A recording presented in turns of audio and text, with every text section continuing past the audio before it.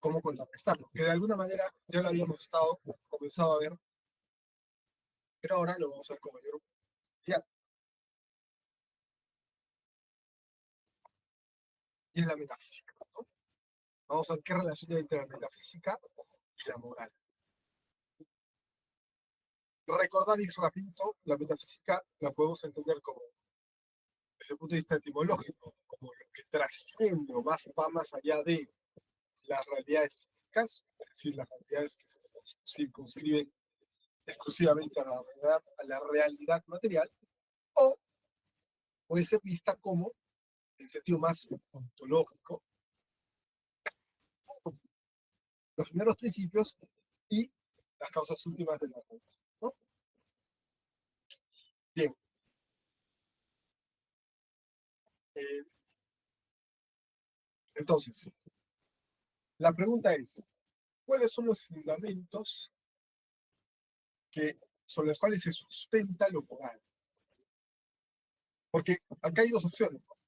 Se fundamenta en la voluntad humana, la mera voluntad consensualista, o sea, el consenso al cual podemos llegar las personas, o se fundamenta en algo que trasciende las personas, es decir, en la realidad. Entonces, hay dos tipos de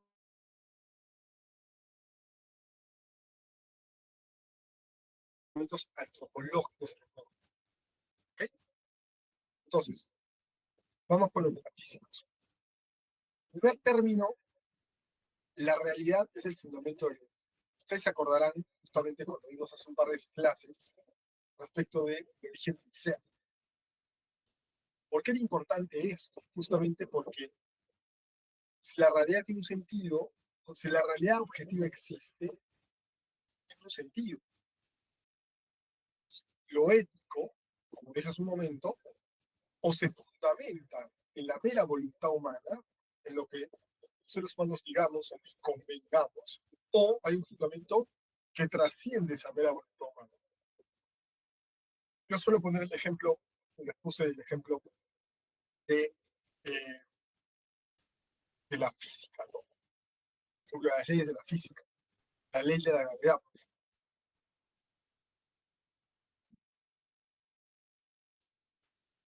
Newton no creó la ley de la gravedad. Newton descubrió que esa ley estaba en la realidad. Entonces se dio cuenta que esa ley estaba ahí y actuó en consecuencia. Es decir, estudiarla, no es que la determinó, no dijo, la ley es así o es así, que yo quiero que sea así, no fue descubriendo cómo funcionaba. Y así sucesivamente con muchísimas otras cosas en la realidad. Entonces, en lo ético es igual. Lo que fundamenta en la realidad, en lo ético, perdón, es la realidad.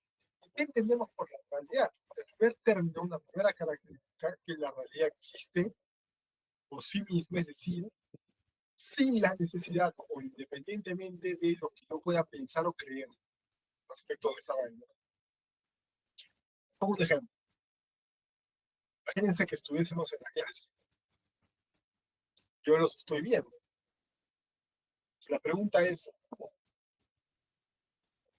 ¿ustedes existen por el hecho de que yo los vea? De tal modo que si yo perdiese la vista, por lo tanto la capacidad de verlos, en consecuencia ustedes dejarían de existir. No, ¿no es cierto? Porque ustedes no existen porque yo los puedo ver. Su existencia es independiente a mi capacidad de verlos. De igual modo, si yo deseo que dejen de existir, eso no va a traer como consecuencia su existencia. Entonces, eh, más bien es al revés. Porque ustedes existen es que yo puedo verlos. Entonces, primero el ser, la realidad es lo que no depende de la voluntad del sujeto. Una segunda característica es la actualidad. Para eso hay que entender el concepto o los conceptos de acto y potencia, que es muy ustedes ya los han visto en algún curso. Y acá simplemente los vamos a repasar y recordar. ¿Qué cosa es el acto? El acto es aquello que una cosa es en un determinado momento y bajo unas determinadas circunstancias, conforme a su naturaleza. Mientras que la potencia es lo que algo puede llegar a ser en un determinado momento conforme a su naturaleza. Y en una determinada circunstancia conforme. Pues, por ejemplo bastante sencillo. Ustedes en acto son jóvenes, hijos, estudiantes. Y en potencia van a ser ancianos, padres y profesionales. Entonces,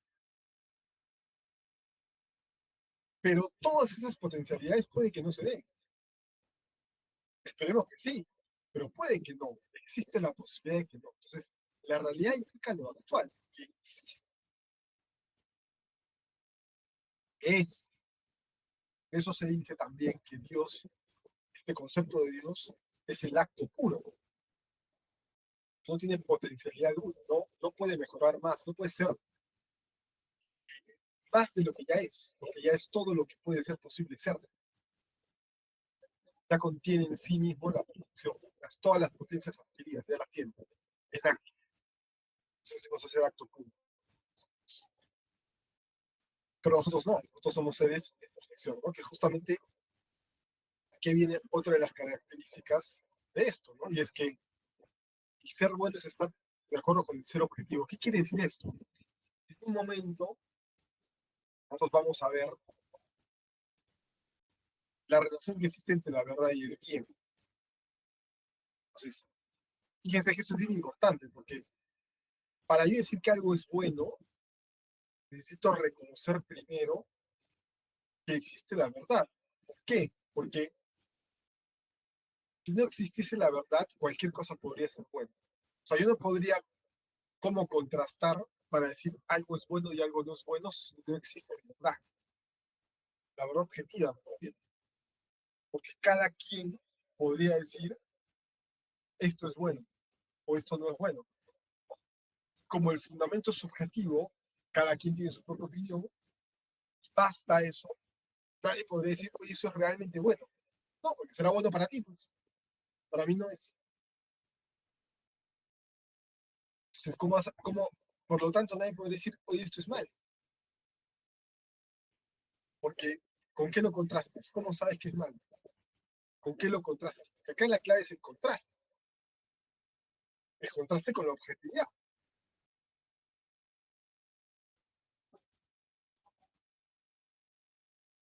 Ahora, como les decía, también ser bueno es estar de acuerdo con el ser objetivo. Y la actualización de las potencias naturales ordenadas. ¿Qué significa esto? Significa que nosotros somos seres en perfección. ¿Se acuerdan de los grados de perfección? En cuanto a ser. Nosotros no somos seres perfectos, estamos en proceso de perfección. Pero esa perfección justamente parte de la noción de que se puede mejorar.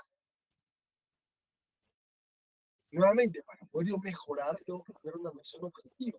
¿Cómo sé algo que es mejor que otra cosa si no existe la verdad? El bien objetivo. O sea, ¿cómo puedo yo comparar? Como que te diga, oye, yo mido 1,60 m. Bueno, pero para mí me mides 1,50 m.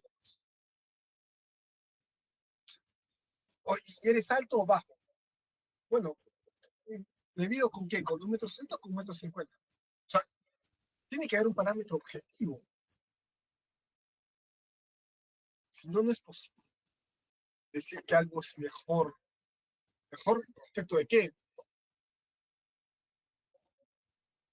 Entonces, por eso, nuevamente repito, es tan importante establecer los criterios claros respecto de la verdad objetiva. De lo contrario, no va a ser posible nunca asegurar que algo objetivamente está verdad. Luego tenemos el tercer aspecto, es que la realidad es un cosmos, un orden inexplicable. Ustedes recordarán cuando vimos justamente la clase antepasada, donde habíamos estado hablando sobre el origen del ser. Parte de la argumentación que utilizábamos, que había al respecto, era justamente la complejidad de la realidad. Yo no puedo, a ver, mejor dicho, no resulta razonable que viendo la complejidad de la realidad, el orden que yo veo sea casual. Es mucho más razonable que sea causal. Y esa causa no puede ser cualquier causa, tiene que ser una causa inteligente. O en todo caso es mucho más razonable, mucho más probable que sea una causa inteligente. Pasar del desorden al orden sin una inteligencia de por medio resulta ciertamente muy difícil, ¿no? Ejemplo práctico lo pusimos, si yo veo mi cuarto desordenado y luego lo veo ordenado, parto del hecho de que alguien lo ordenó, y no cualquiera, alguien inteligente, no mi hermanito de un año, porque ese orden implica inteligencia. Y no solamente el orden en sí mismo, sino el orden en el sentido del sentido de las cosas. La realidad tiene una lógica, tiene un sentido. El bien, lo ético, va de la mano con ese sentido, porque si las cosas no tienen un sentido, pues, o sea, ¿para qué hacemos las cosas? O sea, cada quien le da sus propios sentidos y ya está, ¿no? Como alguna alumna en un grupo anterior, un comentario muy interesante, decía, claro, yo, si no existe la verdad, ¿para qué estudio? Que si cada quien tiene la verdad, yo estudio para conocer la verdad, pero si no existe la verdad, ¿para qué estudio? Mejor me quedo en mi casa y simplemente digo mis opiniones y cada quien tendrá su propia opinión y ya está, ¿no? O sea, no tiene sentido usar la inteligencia para eso, porque no existe la verdad, simplemente cada uno opina lo que quiera. Y para eso no es necesario estudiar, basta opinar, ¿no? Entonces, acá se guarda la misma lógica. Bien, no sé si respecto de eso, chicos, hay alguna pregunta, duda, consulta. Todo está claro.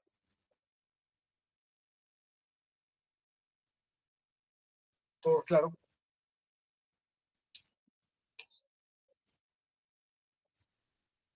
Ok, seguimos entonces.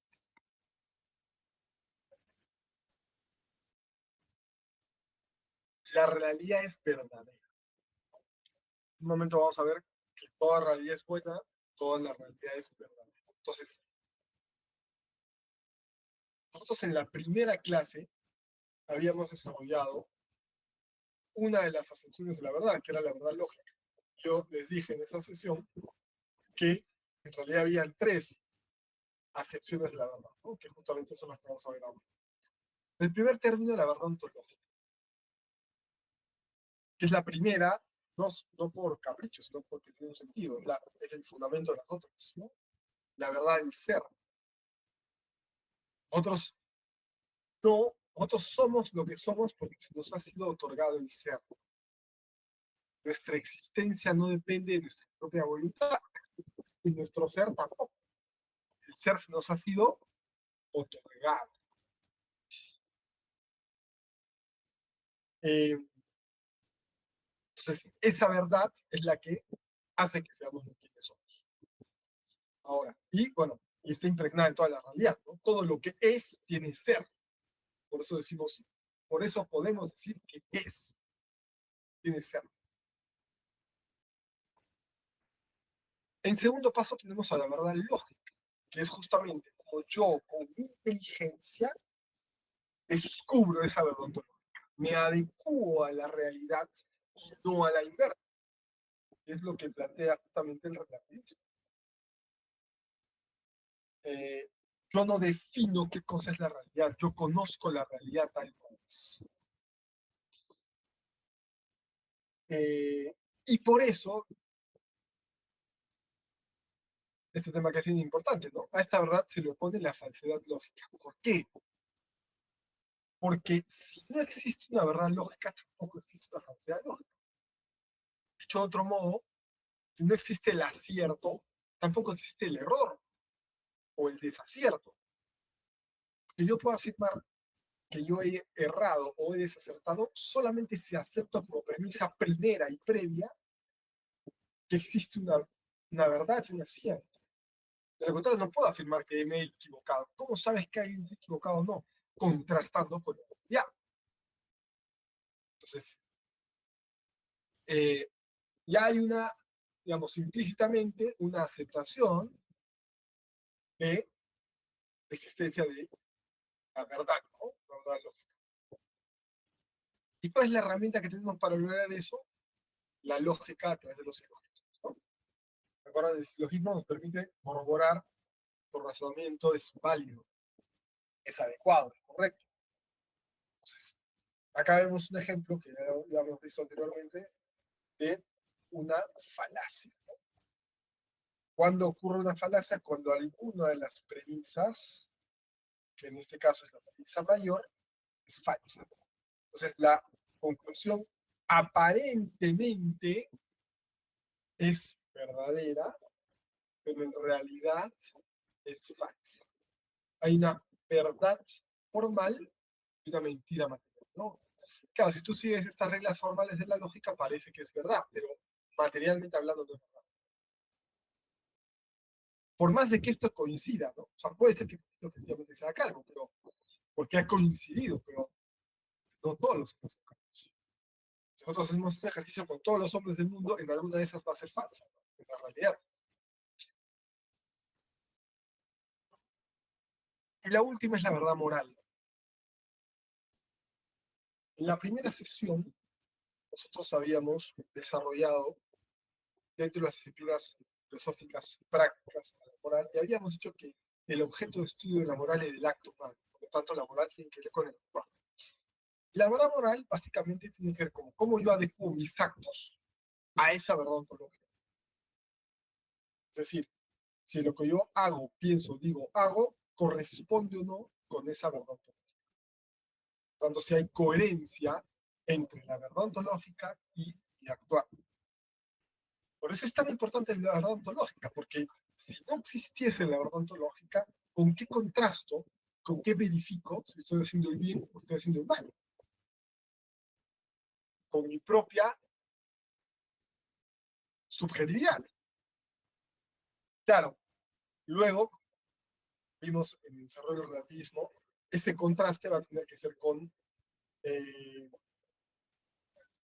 con, la, con el consensualismo. O sea, no es posible tener una convivencia donde todo el mundo piense distinto respecto a qué es lo que está bien y lo que está mal, y todos tengan la razón, ¿no? Que eso es lo que pretende el relativismo. Por eso es que decíamos que es una posición dictatorial, porque lo que algunos piensan, a ver, o sea, el relativismo plantea, o parte de la base, que todo es relativo, que cada uno tiene su propia verdad, pero luego imponen una verdad a todo el mundo.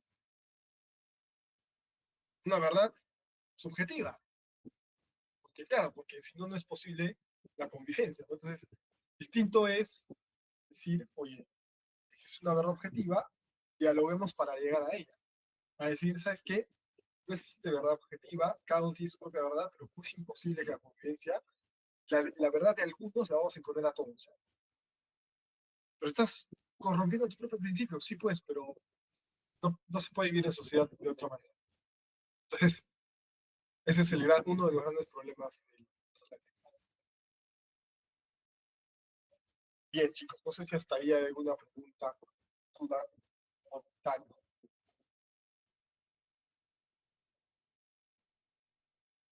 ¿No?